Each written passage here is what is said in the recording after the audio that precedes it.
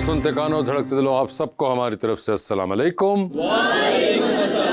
आज का हमारा जो टॉपिक है वो ये है कि एंटरटेनमेंट के लिए अपने आप लोग क्या करते हैं और बदलते ज़मानों में एंटरटेनमेंट कैसे बदली है, ये आप लोगों के जवाब से हमें पता चलेगा। तो कौन पहले बताना चाहेगा? जी सर, आप बताइए। अस्सलाम वालेकुम सर, मेरा नाम मोहम्मद तैयब है। तैयब साहब, मैं अपनी बेगम को छोड़ के कहीं ना कहीं आउटिंग के लिए चला जाता हूँ, जैसे आज शो देखने आ गया। तैयब कितना अर्सा हो चुका है शादी को? माशाल्लाह 2 साल हो गए हैं। 2 साल में ही?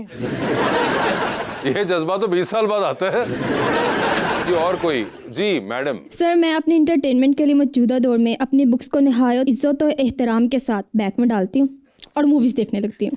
मूवीज देखने लगती हैं? जी, जी। और कौन सी फिल्में देखती हैं अमूमन? मैं ज्यादातर वेब सीरीज देखती हूँ। वेब सीरीज देखती हैं? जी, जी। अच्छा, तो वो जो किताबें वगैरह वो पढ़ाई की होती हैं या वैसे आपकी रीडिंग की हैं? नहीं नहीं, पढ़ाई की सर। पढ़ाई की होती जी, हैं। जी। तो आप इम्तिहान के वक्त क्या करती हैं? फिर सर वो वजीफे जो मौजे होते हैं वही वजीफे और मौजों से काम चल रहा है? इमदाद गैबी पे मदद रख के जाते हैं। अच्छा, और वो कामयाब आप होती हैं? थोड़ी हद तक। थोड़ी बहुत? जी। अच्छा, अभी तक तो हो रही हैं। आई एम होपिंग कि आप अभी तक इंशाल्लाह आइंदा भी होंगी। आइंदा भी होंगी, मगर आपने कहा कि मूवीज नहीं छोड़ूंगी ना वेब सीरीज छोड़ूंगी। इंटरटेनमेंट के लिए तो सर फिर कुछ करना ही पड़ता है। ओए होए होए, एंटरटेनमेंट के लिए तो बड़ा कुछ करना ही पड़ता है। जी सर, आप बताइए। अस्सलाम वालेकुम वासिफ भाई, कैसे हैं आप? मैं ठीक हूँ। है सर, मेरा नाम नदीम है। जैसे आपने बताया कि पैसेज ऑफ टाइम जो है एंटरटेनमेंट के मीडियम डिफरेंट होते जाते हैं।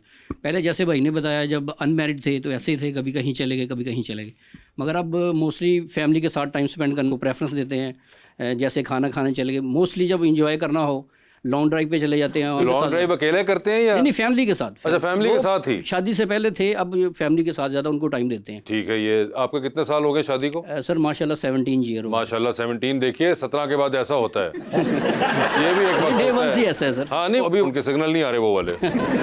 तो ये थोड़े अरसे बाद आना शुरू हो जाएंगे। जी भाई। जी, मेरा नाम मोहम्मद रिजवान है सर। जी, अस्सलाम रिजवान वालेकुम। साहब। जी सर, जब कभी हमने अपने आप को एंटरटेन करना होता है तो जो स्कूल फेलो हैं मैं तो उनके पास चला जाता हूँ, जो प्राइमरी के और हाई स्कूल के, ठीक है। उनके पास चले जाएं और बचपन की यादें, वही स्कूल में जो नान टिक्की मिलती थी, हाँ हाँ। वो बातें, स्कूल से निकलना। कॉलेज वालों में नहीं मिलती है गुफ्तगू? कॉलेज की वो यादें वो तब बड़े हो गए थे, स्कूल वाली जो बातें हैं ना वो ज्यादा। अच्छा, तमाम जो आपके एंटरटेनमेंट है वो बचपन की बातों में ही है? बचपन की बातों में सर। ठीक है। कॉलेज में जाकर थोड़ा सा सीरियस हो गए थे, क्योंकि कॉलेज के साथ साथ जॉब के साथ, स्टडी के साथ साथ जॉब भी, पढ़ाई के साथ होना चाहिए। पढ़ाई के साथ साथ जॉब भी कर रहे थे? हाँ जी। तो इसलिए आपने कहा कि वो जमाना मुझे पसंद नहीं है, मुझे स्कूल वाला जमाना पसंद स्कूल का जमाना सर कभी नहीं भूलता है, ओए ये किसी होए टाइम पे नहीं भूलता। और वो दोस्त भी सारे मिल जाते हैं आसानी वो से? दोस्त सर मिल जाते हैं। एक तो दोस्त मेरे साथ बैठे हुए हैं।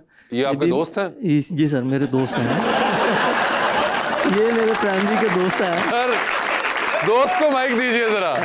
दोस्त भाई, क्या हाल है आपके? जी अल्हम्दुलिल्लाह। नाम क्या है? अकबर अली। अकबर साहब, आपको भी नान टिक्की याद आती है? जी, बस या ऐसे ही इनकी है। वजह से आपको मजबूरन सोचना पड़ता है उसके बारे में? नहीं सर, बचपन से इकट्ठे हैं ना, फिर इसलिए एक ही चॉइस है। नान टिक्की। जी जी। चले, जबरदस्त दोस्त आप साथ भी लेकर आए नान टिक्की वाले। जी मैडम। अस्सलाम वालेकुम। अस्सलाम वालेकुम। मेरा नाम आयशा है। मैं जब हर काम से रिलैक्सेशन के लिए इंस्टाग्राम यूज़ करती हूँ। इंस्टाग्राम यूज करती है एंटरटेनमेंट के लिए? और क्या करती है इंस्टाग्राम को यूज कर? सेलिब्रिटी देखती हूँ। फेवरेट कौन है? आयजा खान। आयजा खान, ठीक है। और क्या उसमें एंटरटेन कैसे करती हैं आयजा खान आपको? उनकी पोस्ट भी अच्छी होती हैं और जो इंस्टाग्राम पे रील्स आती है वो हमारी फीड के हिसाब से आती हैं। जैसे आज मूड सैड है तो इंस्टाग्राम पे रील्स सैड आती हैं, मूड हैप्पी है वो इंस्टाग्राम की जो रील होती है वो भी हैप्पी आती हैं। वो भी हैप्पी आती हैं? तो कभी ऐसा तो नहीं है कि आपको लग रहा हो कि वो जो इंस्टाग्राम की रील्स हैं वो आपको कहीं ड्रैग कर रही हैं मूड के अंदर ज्यादा, कि अगर आप सैड हैं तो वो आपको मजीद सैड कर दे, दिखा जी दे? होता है। ठीक, तो फिर इसका कोई इलाज होना चाहिए कि नहीं? जैसे ज़िंदगी चलती है उसके हिसाब से चलती है। जैसे जैसे रील चलती है वैसे वैसे एंटरटेनमेंट होती है। जी भाई। अस्सलाम वालेकुम। सर, मेरा जब मूड जो है वो काम से उकता जाते हैं तो पहाड़ों में निकल जाते हैं। अच्छा, तो पहाड़ों में निकल जाते हैं? हाँ, और पहाड़ों में आप दोस्तों के साथ निकलते हैं, फैमिली के साथ या अकेले? सबके साथ ही, जैसे जैसे मूड हो। ज्यादातर जो है वो मोस्टली दोस्तों के साथ। दोस्तों के साथ? तो क्यों फैमिली वालों के साथ क्यों नहीं जाते? सर, दोस्त जो है वो जिंदगी में जो है वो उनके साथ बंदा हर तरीके की गपशप और जितने जो है वो तो फैमिली के साथ क्या आखिरत में करनी है? मतलब साथ में जिंदगी में करनी है? फैमिली वालों को भी इसी दुनिया में ही हमने केटर करना है, तो उनके साथ नहीं करते। लेकिन सर, आपको नहीं लगता कि फैमिली के साथ कई दफा मूड ज्यादा खराब हो जाता है? ये तो आप बताएंगे। नहीं नहीं सर, आपका भी तजुर्बा है। ये भी एक बड़ा इंटरेस्टिंग, उन्होंने कहा कि मूड ज्यादा खराब हो जाता सर, है। ये आप बताएं मुझे कि नहीं सर, मेरा तो बड़ा अच्छा रहता है। ये आपका अपना मसला, चेक कराएं। सर, ये सर मेरा तेरा पाओ। लीजिए फिर अपने आज के मेहमान को बुलाते हैं, क्योंकि वो भी आपके एंटरटेनमेंट के लिए पिछले 30 साल से काम कर रहे हैं, म्यूजिक के जरिए, और कभी सियासत और फिर कभी दोबारा म्यूजिक के जरिए। जनाब अबरारुल हक।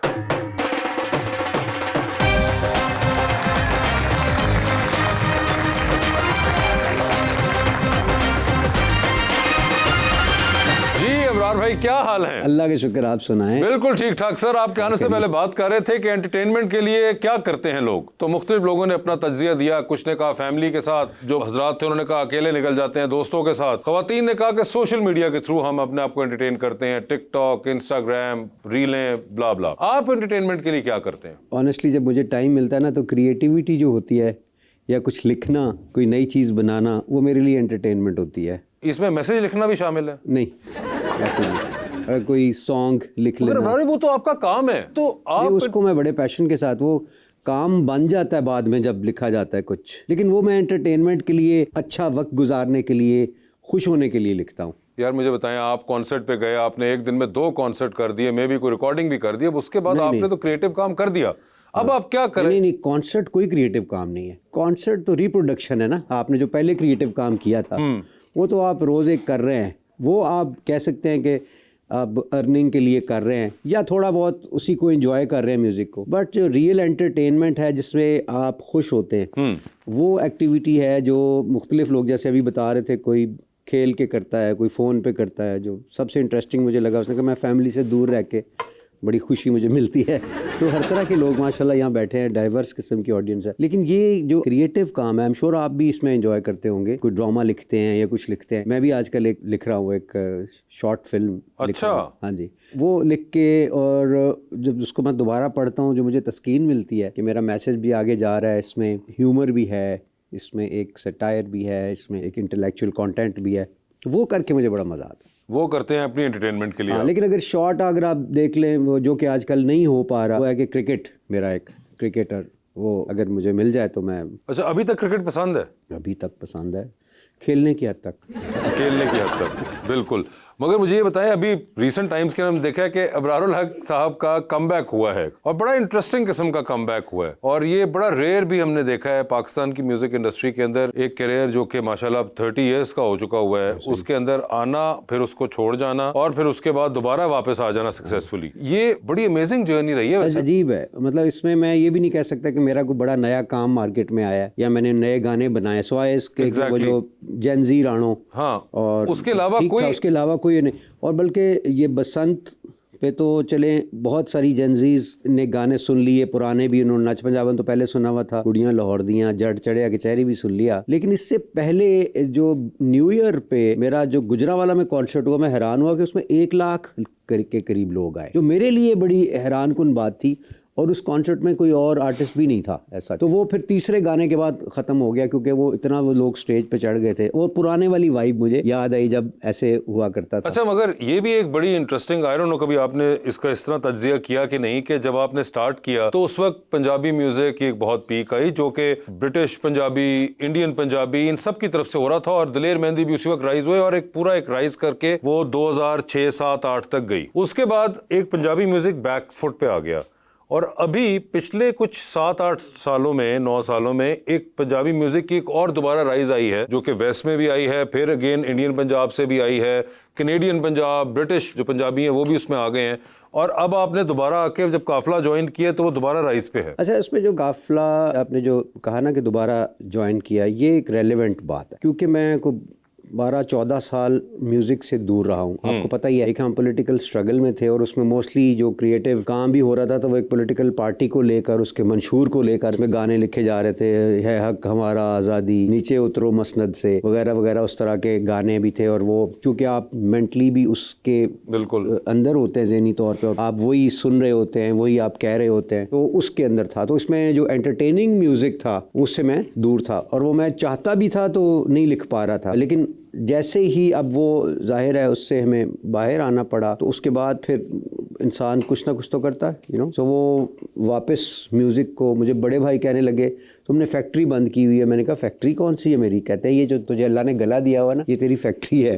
अच्छा। तुम इसको बंद तो ना करो, इसको कुछ ना कुछ गाते तो रहो। तो खैर मैंने वो वापस गाना शुरू किया, फिर कॉन्सर्ट शुरू हुए और फिर उसी तरह का रिस्पांस। तो इन शॉर्ट अगर मैं कहूँ तो सवाए अल्लाह के शुक्र के और कुछ भी नहीं है। एग्जैक्टली, आई थिंक कि बड़ा रेयर केस होता है ये कि इस तरह आप दोबारा कनेक्ट सक्सेसफुली कर जाएं आफ्टर ऑल दीज इयर्स। ऐसे ही। और फिर जेनजी चूंकि तादाद में इतनी बड़ी है ना, 70% टोटल पॉपुलेशन, उनके साथ जो रेलेवेंट हो जाए ना उसकी मौजें हैं। और जेनजी की समझ आ रही है आपको? वो शुक्र है अल्लाह का कि वो अब देखो ना कॉलेजेस में और इस तरह के मतलब वो उनका जो रिस्पांस अच्छा आ रहा है, तो वो मेरे लिए बड़ी बात है। वरना आपकी उम्र के लोग तो जो बुजुर्ग हैं वो तो सुनते ही हैं, मतलब वो, लेकिन जो नौजवान हैं उन्होंने जो सुनना शुरू किया वो मेरे लिए यकीनन एक अच्छी बात है। बिल्कुल।